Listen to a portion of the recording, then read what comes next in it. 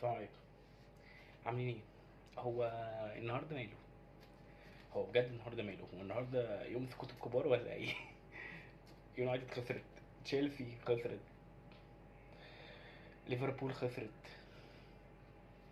واهو انا حتى ما شفتش اي حاجه عن السيتي، انا ما اعرفش حتى السيتي عمل ايه. إيه الماتش ده؟ إيه الماتش ده بجد؟ يعني انا توقعت ان ريال مدريد هيعود، عارفين الريمونتادا بتاعت ريال مدريد اللي هو يرجع وكده. جابوا الجون الاول اتلتيكو، رد عليه امبابي انا بعشقه جدا، هو اردا جولر. آه، بعد كده قاموا اتلتيكو جايب التاني، مش عارف، بعد كده قامت رده بريال مدريد. بعد كده الشوط التاني مش عارف ايه اللي حصل. ايه ده؟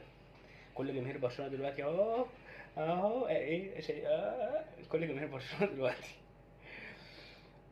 ريال مدريد لسه اول الدوري، لسه اول الدوري. بعد دلوقتي معتمد ان برشلونه لازم يتعادل او يخسر الماتش الجاي عشان خاطر يفضل اول الدوري.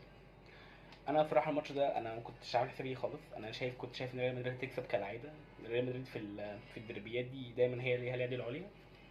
بس الماتش ده لا، الماتش ده لا تماما، بجد لا تماما تماما. والمشكله ان اتلتيكو يعني زي الزفت، زي الزفت، ومش عارف كام ماتش مش عارف تكسبه وتعادلات. حتى اتلتيكو نفسها مش اتلتيكو قويه. فالماتش ده احنا يعني ما حدش تقريبا كان مهتم او عارف اللي هيحصل، لان كانت صدمه على الكل.